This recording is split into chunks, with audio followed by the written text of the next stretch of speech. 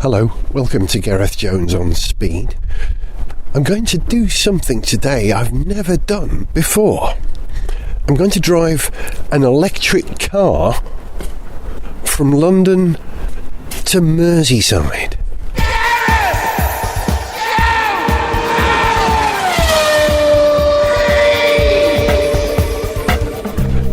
As you know, we love being green on Gareth Jones and Speed as much as we love driving around in very powerful sports cars too. So every now and again we like to keep an eye on the latest developments in electric motoring. We've dabbled up to now. Richard's had a bit of a drive in a Nissan Leaf. I've had a bit of a drive round in a Renault Zoe, but only in London. This is an entirely different project. I'm going up to Liverpool to work for the next 3 weeks, so I thought I'd try and make the journey up there a bit more interesting by doing it in an electric car. Nissan came forward and volunteered a Leaf, a car which I've said up to now I'm not really in love with at all. I think it's a funny looking thing. But I've got one for the next few weeks, and you can probably hear that I'm hoofing it now, walking towards the car. You see, living in London as I do, East London, Hackney, not many of us have places that we can park our cars in front of our house on a drive. We have to park on the street. And you can't charge at home by running a cable across the pavement into the street. No, that would be dangerous and illegal. So I have to find a public charging point.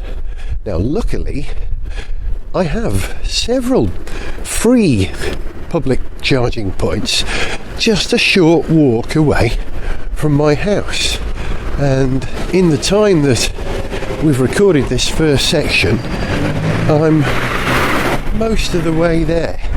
So it's not the most convenient thing in the world if you haven't got drive parking, but if you are prepared to do a little of the green stuff, walking around, then that's part of the whole green experience, isn't it, I suppose? Walking to my electric car. Right. I must say, when I dropped the car to be charged earlier on, in fact just to be topped up, because it was pretty much fully charged when it was delivered, but I've got a long journey to do, so I thought I'd make sure it was absolutely brimmed. I don't know if it's possible to brim an electric car in the way that you do with petrol, but that's what I've done. And funnily enough, when I came to the electric parking bay, which is usually free, I've noticed these days, you know, there isn't a car parked in there. There was a car parked in there. It wasn't an electric car though. It was a local minicab driver who, when he realised I was about to charge my car and looking rather indignant from my eco car, he very politely said, "Oh, I'm sorry, you want to charge? I'll move." And he moved out of the way. And then the questions started. Now, this is the first time I've charged this particular car, so I was trying to concentrate, but I'm sure this is something I'm going to have to get used to, as anyone who drives electric cars will know. Every time you plug them in or turn up, there are questions from people. It reminds me of when I had a mobile phone.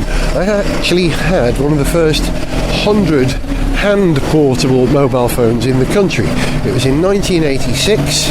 I bought it when I was doing Get Fresh, so I was touring the country, needed a phone because I didn't have a production office for myself, so I got a mobile phone. It cost me 1,500 quid and calls were like 30p a minute or something. It was crazy.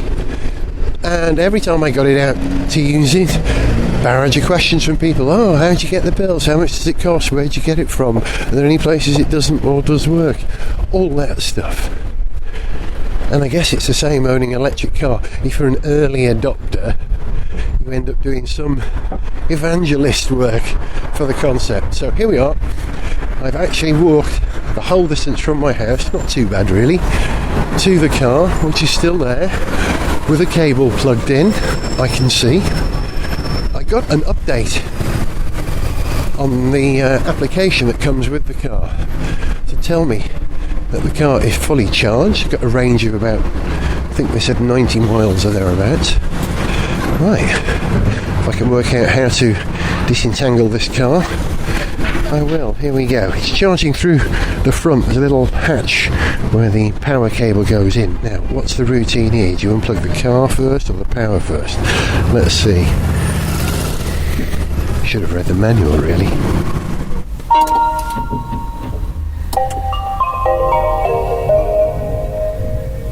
As you can probably tell from that very Japanese sounding chime, the car starts, it's charged, it says 93 miles. I've now got to drive home, load up my bags and head off up the road. Oh, and here's a nice thing. The journey I planned on a computer at home a few minutes ago, and it sent it directly to the navigation on the car. So I just press a button and go, theoretically. It's always the joy of being in an electric car. When you pull away, you are reminded how deliciously quiet they are.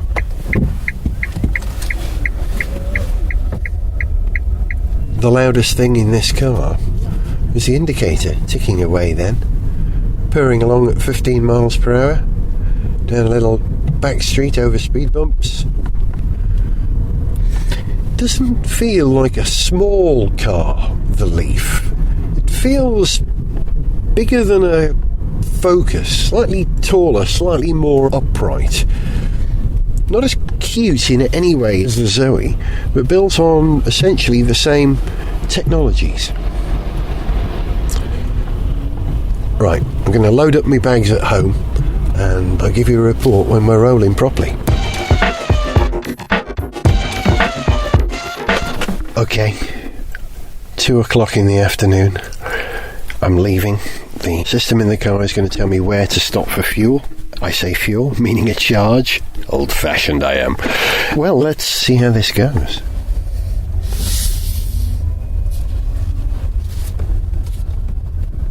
Spooky, isn't it? Still not quite used to the idea of being able to roll away utterly silently. Even that little i3 BMW that I drove was silent when it pulled away. It had a range extender engine, but it was an electric car. When that car first came out, I said I hated the way it looked. I thought it was too much, and I thought the Nissan Leaf looked ridiculous.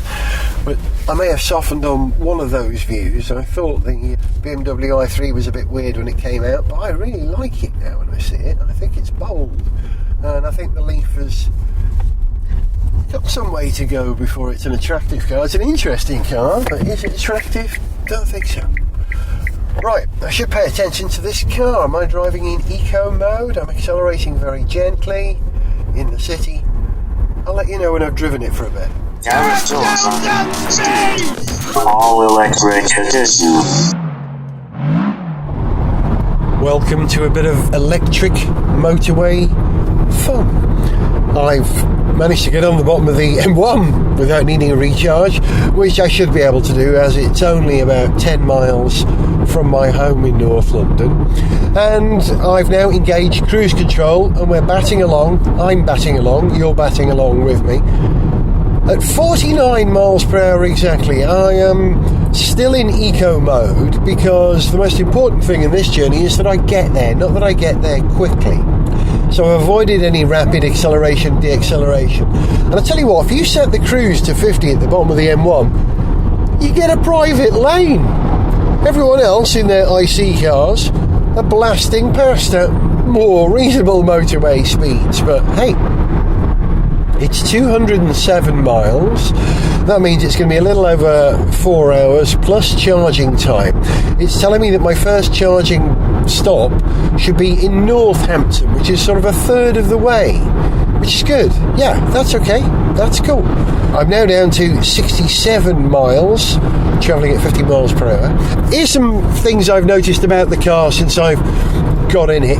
If you charge your phone in a car that happily streams music from your phone via Bluetooth, if you plug it in, it confuses it and then won't stream the Bluetooth. So I'll have to do a bit of reading of manuals to try and work that out. Also, there's a temptation not to have the heater on in this car because it does have a minor effect on the range of the car. So I'm operating without the heating on. It's not cold in the car. It's a cold day today. It's about 7 degrees out. But I've got a jumper on like a nice eco man, and I'm wearing my hat indoors in a car. Sorry about that. But I'm not going to turn the heating on, which is fine, but it does make the windows a little foggy. And when you turn on the heated rear window and the heated front window, it does activate the heater for a while, and you can see the mileage going down. Already down to 66 miles now.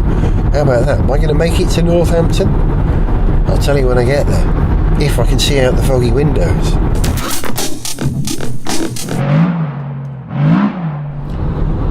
Well, it's 3:45 now. I've been driving for an hour and 3/4, and my charge indicator tells me I have a range of only 18 miles left.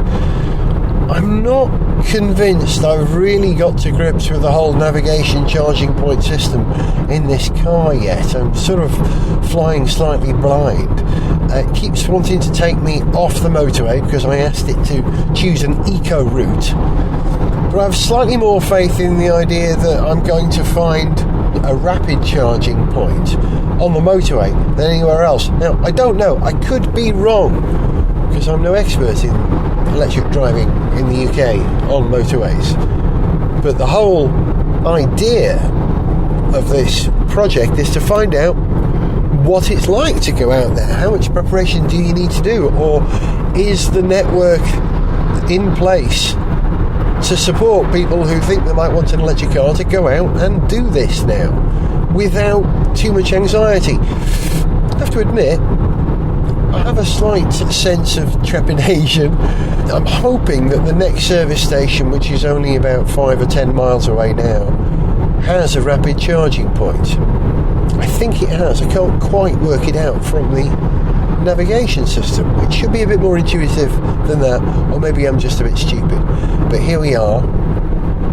What does it say now? We're coming up to a sign that says McDonald's and Costa, 2 miles. So I guess that's the services. So here we go. 2 miles at 50 miles per hour is going to be just over 2 minutes. I'll pause and then find out when we pull into the service station where the electric power points are. That's something I've never noticed before. As I approach the exit to the motorway, there's a sign listing all the services that Motorway Services offers, and I saw an electric car recharging point icon that I've never noticed before. You'll see them there. Although, having just passed a second road sign with information on it, that one didn't have the electric car charging point sign. Okay. Battery level is low, it tells me. 18 miles and it's flashing. I just got a warning. Alright, you're sharing the anxiety with me. If it all goes wrong, I have to call the RAC, don't I? Get them to tow me somewhere where I can charge. Let's hope I don't have to do that. Okay, I'm going to put the recorder down now and concentrate. Excuse me. I am driving, you know. Now, where are these electric charging points? Where are they? Let's find out. So I've come off the motorway into the car park area.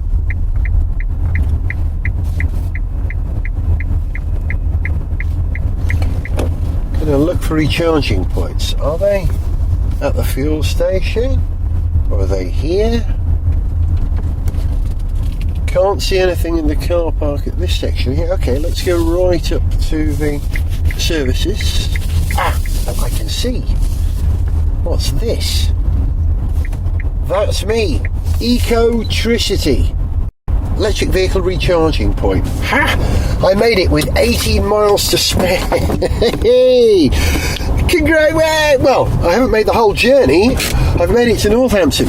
I'm now going to see how long it takes to charge this thing up. How exciting! Gareth on speed. Well, that went well. I waved my card in front of the Ecotricity Electric Highway charging post here, and it immediately started charging my car. And I've got a little blue light flashing on the dash to tell me I'm charging, and I think it's only going to take 23 minutes. That's what it advised me when I looked on the online thing before I left. So I'm off to have a cup of coffee and a wee, and maybe even a patisserie in 23 minutes, and come back and see if I've got 80% charge. It's already up to about 20 something. It was down to about, oh no, that's at range, is it? I can't see from here. I'll find out.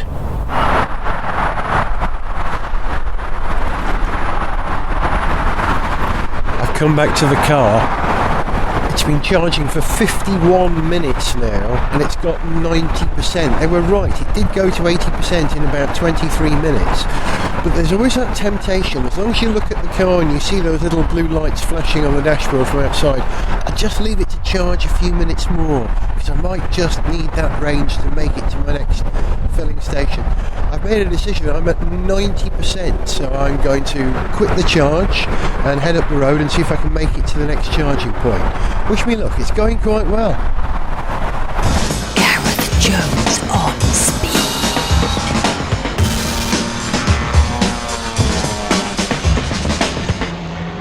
I know electric cars are quiet, but listen to that. No sound at all. That's because I'm parked outside an Asda 24-hour supermarket in Wolverhampton. The reason I'm here is that when I arrived at the charging point at Cannock going north on the M6, the Ecotricity charging point there didn't work. So I called them and they said, oh, that's okay, you can drive over the service road to the southbound carriageway and use the one that's working there.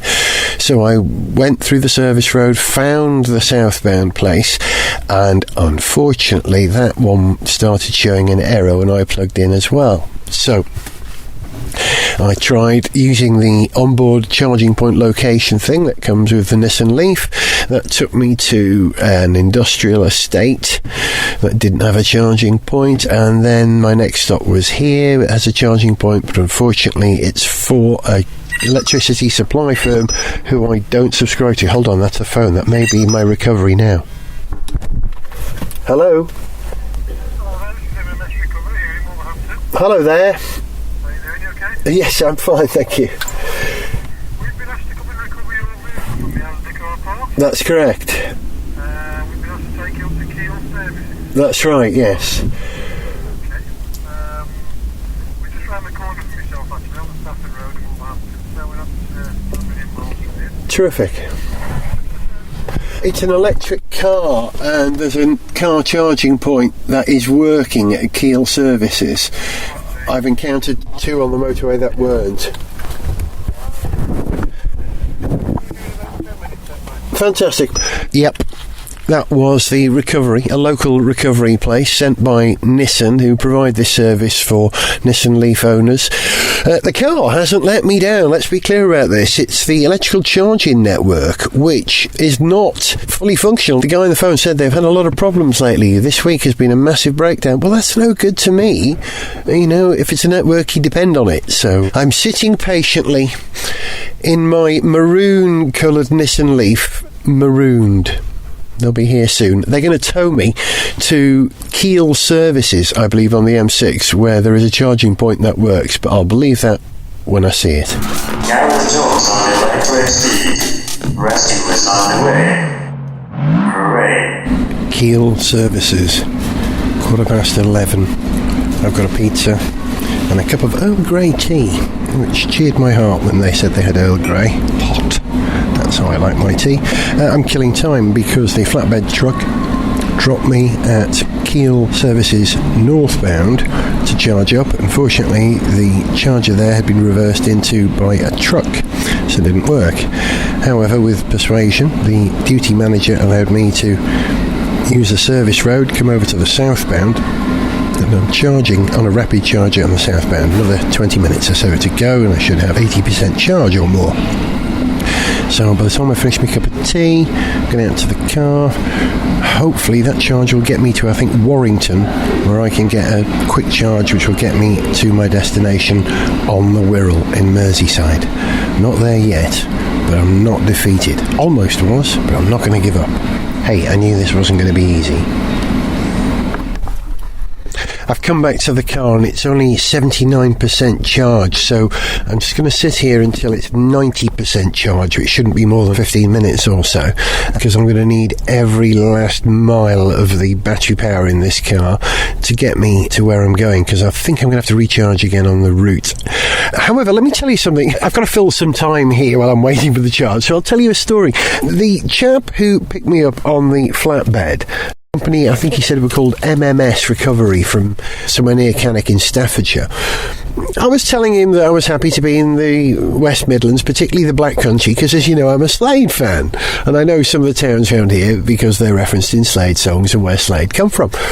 And he said to me, I forget the drummer's name, he said. I said, Don Powell. Oh, he had a terrible car crash, a white Rolls Royce. Well, it was a Bentley, I said. In 1973 on the motorway, he recovered it.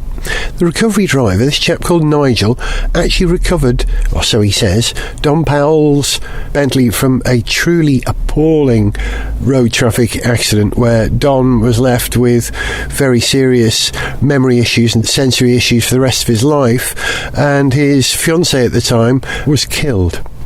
So, wow, he played a part in Slade history, that man, so fancy picking me up along the way. Extraordinary set of events, very nice chap. When I arrived, by the way, at Cannock, I had to get a pass to be let over to the southbound side to charge up, and when the car's charged, I've got to go back to the northbound side through the service road, drop the pass off, and then maintain my journey. But my problems are trivial compared to some people's, aren't they?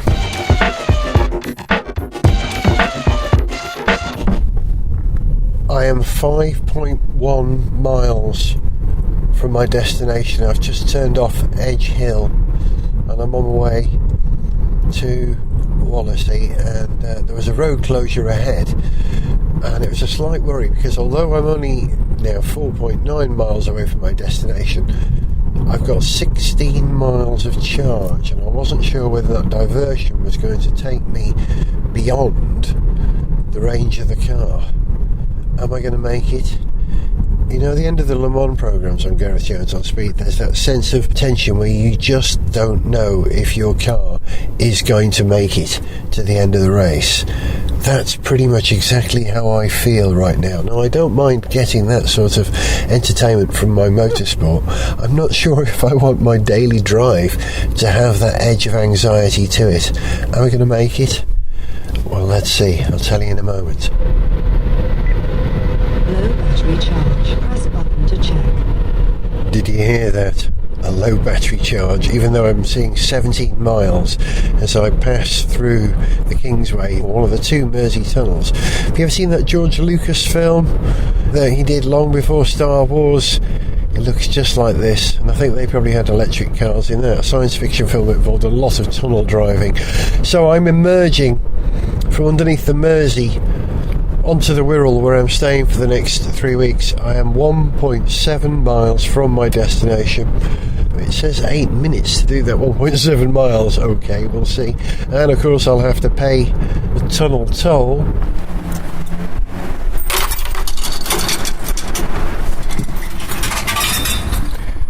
I have to pay like everyone else, despite the fact I'm in an electric car. Only fair, I suppose. The money goes in the basket. Then there is a roundabout. Take the second exit. And I've got to follow instructions for the last couple of miles. Nearly there. I'm about half a mile away from the destination now. I've got a flashing 11 miles range on the dash. I've got a yellow recharge warning going, and I'm almost there. Despite having a little bit of a buffer, I've been tempted to turn the climate control off. Just want to be certain I'm there, because I've never been to this address before, so 400 yards, turn left. you don't know you're there until you're there. Looking for the left turn that's going to take me to where I'm going. I've looked it up on Google Maps, but that's going to be completely different to identifying it after a very, very long journey. Can Can you tell I'm spinning this out because I'm not there yet? Is it St Vincent Take the Road? second left turn. Then Second the destination left. is in 100 yards. Okay. You mean this one? That's this dead end. Really? It's not that one. It's a dead end. Uh-oh. It's off Tobe. That's right. No, that's not the road I want. But I'm going down it because I think I'm dangerously close. I can see the Mersey ahead of me. I can see the seafront, which is where I'm staying. Haven't actually found the house yet as I go down some cobbles, and I'm hoping that this thing's got good brakes because I don't fancy going straight into the... Oh, it's a dead end. Oh, although there is perhaps a possibility of popping over this little curb. Yes. Well, I was able to get out of there. Don't think that was a strictly legitimate manoeuvre, but it's put me where I want to be at the end of this parade. I can see the house. I've looked it up on Google. I know what it looks like. There it is. I've done it. After an incredible 11-hour journey, I've made it. The venerable Nissan Leaf didn't let me down, but the network did. So I know it's only been a one-day experiment so far, but the first part mainly worked. There was only one bit where the system didn't work, and that was the bit between Stafford and Kiel, and mercifully my roadside assistance took care of that bit. Phew, I'm here. Right, well, how does this car work out? Well, it got me here, a journey like no other, but I'll let you know what it's like as I use it for the next couple of weeks here in Liverpool. I'm going to recharge my own batteries now. And you'll be able to hear all about Gareth's further adventures driving an electric car around Liverpool as we celebrate the 10th year of what is the most popular British car podcast in the iTunes store. On behalf of the entire On Speed team, thank you for listening, and see you for Gareth Jones on Speed Season 11 coming at you in January 2015. To send us an email, see pictures, get song lyrics, join our Facebook fan site, follow us on Twitter, or to find out about sponsorship opportunities, go to garethjones.tv. Gareth Jones on Speed is made in London by Whiz Bang. Gareth Jones on Speed!